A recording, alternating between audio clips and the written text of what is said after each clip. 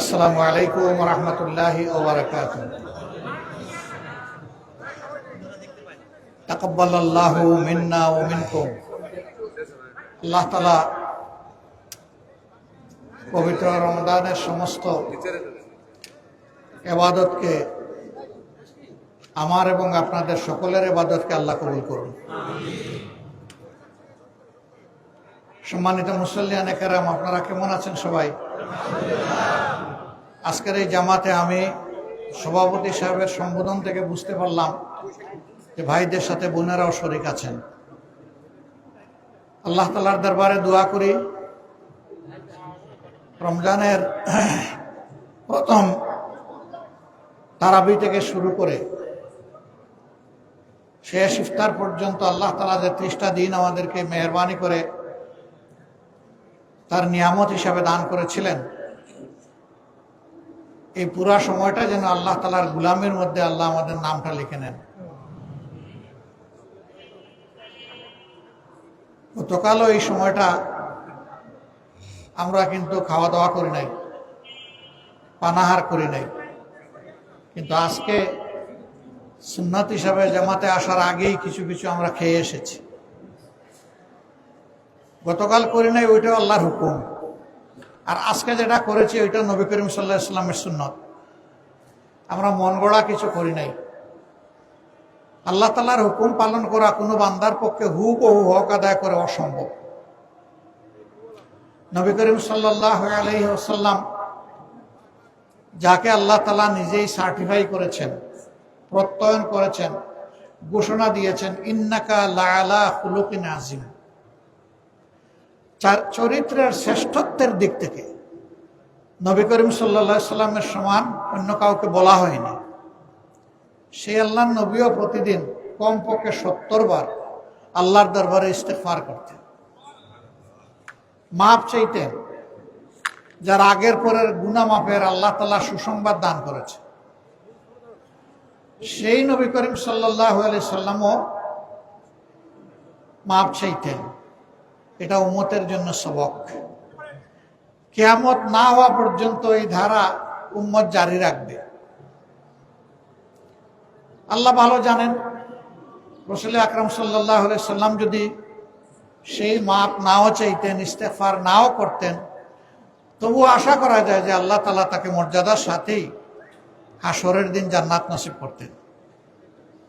কিন্তু তিনি যেহেতু ওয়ালাকাদ কানা লাকুম ফি রাসূলিল্লাহি উসওয়াতুন হাসানাহ, আর এই নবীর মধ্যেই তোমাদের জন্য রয়েছে সর্বোত্তম আদর্শ। তিনি শিশুর জন্য আদর্শ, কিশোরের জন্য আদর্শ, যুবকের জন্য আদর্শ, তিনি প্রৌঢ়ের জন্য আদর্শ, বয়স্ক মানুষগুলোর জন্য আদর্শ। তিনি একজন এতিম হিসাবে আদর্শ, আবার এতিমের বন্ধু হিসাবে আদর্শ। তিনি একজন শ্রমিক হিসাবে আদর্শ, আবার তিনি শ্রমিকের দুঃখ নিবারণকারী হিসাবে আদর্শ। তিনি একজন ব্যবসায়ী হিসাবে আদর্শ, আবার তিনি একজন ক্রেতা হিসাবে আদর্শ। তিনি একজন স্বামী হিসাবে আদর্শ, আবার দেশের সর্বোচ্চ শাসক হিসাবেও তিনি আদর্শ। যুদ্ধের ময়দানে একজন সৈনিক হিসাবে আদর্শ, আবার প্রধান সেনাপতি হিসাবে আদর্শ। বিচারের ক্ষেত্রে তিনি সকলের জন্য আদর্শ। যিনি সব মানুষের, সকল বয়স, পেশা, নারী পুরুষ নির্বিশেষে, এমনকি যারা ইসলাম কবুল করে নাই তাদের জন্যও যিনি আদর্শ। তার জীবনটা এমনই ফুটন্ত গোলাপের মতো ছিল। গোলাপ দেখলে শুধুই ভালো লাগে, আর ঘ্রাণ নিলে মনটা তৃপ্ত হয়ে ওঠে। রাসূল করিম সাল্লাল্লাহু আলাইহি সাল্লামের চরিত্র ছিল তার চাইতেও পবিত্র। আলহামদুলিল্লাহ, আমাদের মাবুদ বড় মেহেরবান, সেই নবীর উম্মত করেছেন আমাদেরকে। এখন উম্মত তো করেছেন, উম্মতের একটা দায়িত্ব তো আছে। সেই উম্মতের দায়িত্বটা কি হবে?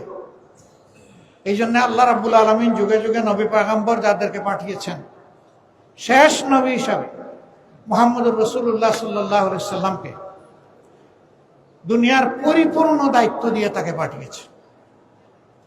অন্যান্য নবীগণ তাদের সময়ের নবী, কেউ তার এলাকার নবী, কেউ ওই ভাষাভাষী মানুষের নবী। আর 3 জন নবী হলেন বিশ্ব নবী। প্রথম নবী হযরত আদম আলাইহিস সালাম, তার সংসারটাই ছিল সারা বিশ্ব।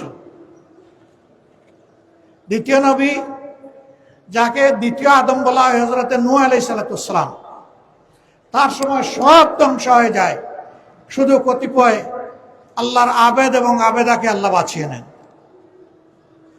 আর তৃতীয় নবী মুহাম্মদুর রাসূলুল্লাহ সাল্লাল্লাহু আলাইহি সাল্লাম, লা নবিয়্যা বাদা, তারপরে আর কোনো নবী আসবেন না।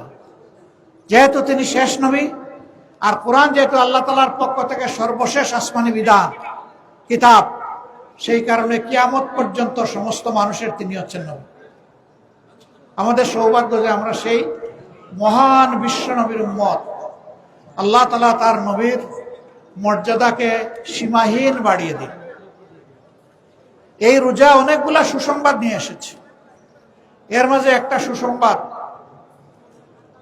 হাসরের ময়দানে মানুষগুলা যখন বেপানা থাকবে, বাবাও যখন সন্তানের দিকে ফিরে তাকাবে না, সন্তান বাবার দিকে না, স্বামী স্ত্রীর দিকে না, স্ত্রী স্বামীর দিকে না, সবার অবস্থা থাকবে কুল্লু ইয়া নাফসি। সূরা জিলজালের শেষ 2 আয়াতের আগের আয়াতটা পড়লেই সব ক্লিয়ার হয়ে যাবে। সেদিন কেউ কারো দিকে ফিরে তাকাবে না। আল্লাহ তাআলা 3 নিয়ামতকে কিছু মানুষের জন্য সুপারিশ করার সুযোগ দিবেন। নাম্বার 1, আল্লাহর কোরআন, যেটা আল্লাহর নবীও মেনে চলতেন সাল্লাল্লাহু আলাইহি ওয়াসাল্লাম। কোরআনের উপর যাদের বুঝ এবং আমল সারা জিন্দগি ছিল ইখলাসের সাথে, কোরআন সাক্ষী দিয়ে বলবে, হে আল্লাহ, আমি সাক্ষী দিচ্ছি তোমার গোলাম তোমার বয়ে তোমার প্রেমে আমাকে মানত। তুমি আমার এই সাক্ষীটাকে কবুল করে তোমার বান্দাকে জান্নাতবাসী করে দাও। দ্বিতীয় একজন অনুমতি পাবেন আল্লাহ তাআলার দরবারে, তিনি হচ্ছেন মুহাম্মদুর রাসূলুল্লাহ সাল্লাল্লাহু আলাইহি সাল্লাম। তিনি বললেন, হ্যাঁ, আমার প্রেজেন্সে কিংবা অ্যাবসেন্সে আমাকে যারা অনুসরণ করেছে, তোমার এই গোলামটাও তাদের মধ্যে আছে। বলবেন যে আল্লাহর নবী চিনবেন কেমনে? হাদিসে এসেছে যে মানুষগুলা 5 ওয়াক্ত নামাজ পড়ে, ওযুর মাধ্যমে অথবা গোসলের মাধ্যমে কিংবা তায়াম্মুমের মাধ্যমে তাহারাত হাসিল করে, হাসরের দিন ওই ওযু, তাহারাত, গোসলের খোলা জায়গাগুলোতে নূর চমকাতে থাকবে। এই দেখেই বোঝা যাবে লোকটা ছিল আল্লাহর কাছে নিবেদিত নামাজি। নবী করিম সাল্লাল্লাহু আলাইহি সাল্লাম তাদের জন্য শাফায়াত করবেন। তবে কিছু মানুষ এগিয়ে আসবে নবীজির শাফায়াত পাওয়ার জন্য। আল্লাহর নবীও দয়ার নবী তো, রাহমাতুল লিল আলামিন, তিনি চাইবেন তাদের জন্য শাফায়াত। আল্লাহ তাআলা বলবেন, এই তোমরা দূর হও, আমার নবীর কাছে আসবে না। নবী আপনি জানেন না, এরা মুখে আপনার উম্মতের কথা বলতো, কিন্তু ওরা চলতো তাদের নফসের গোলাম হয়ে। ওরা শয়তানের বন্দেগী করতো, আমার বন্দেগী করে নাই। এরা হলো ওই লোক যারা মুখে যা বলে কর্মে তা করে না, যাদেরকে বলা হয় মুনাফিক। আল্লাহ এদেরকে তাড়িয়ে দেবেন। নবী তখন বলবেন, তোমরা আমার থেকে দূরে চলে যাও, দূর হও। আল্লাহ যেন সেই কঠিন সময় নবীজির শাফায়াত আমাদের নসিব করে। তাহলে আমলটা করতে হবে নকশা কদম রাসূল পাক সাল্লাল্লাহু আলাইহি সাল্লাম। তিনি যেভাবে চলেছেন, বলেছেন, চিন্তা করেছেন, ফিকির করেছেন, আমাদের তাই হবে। তৃতীয়টি হচ্ছে এই রোজা। রোজা হাজির হয়ে বলবে, আল্লাহ, ঘরে তো হালাল খাবারের মজুদ ছিল,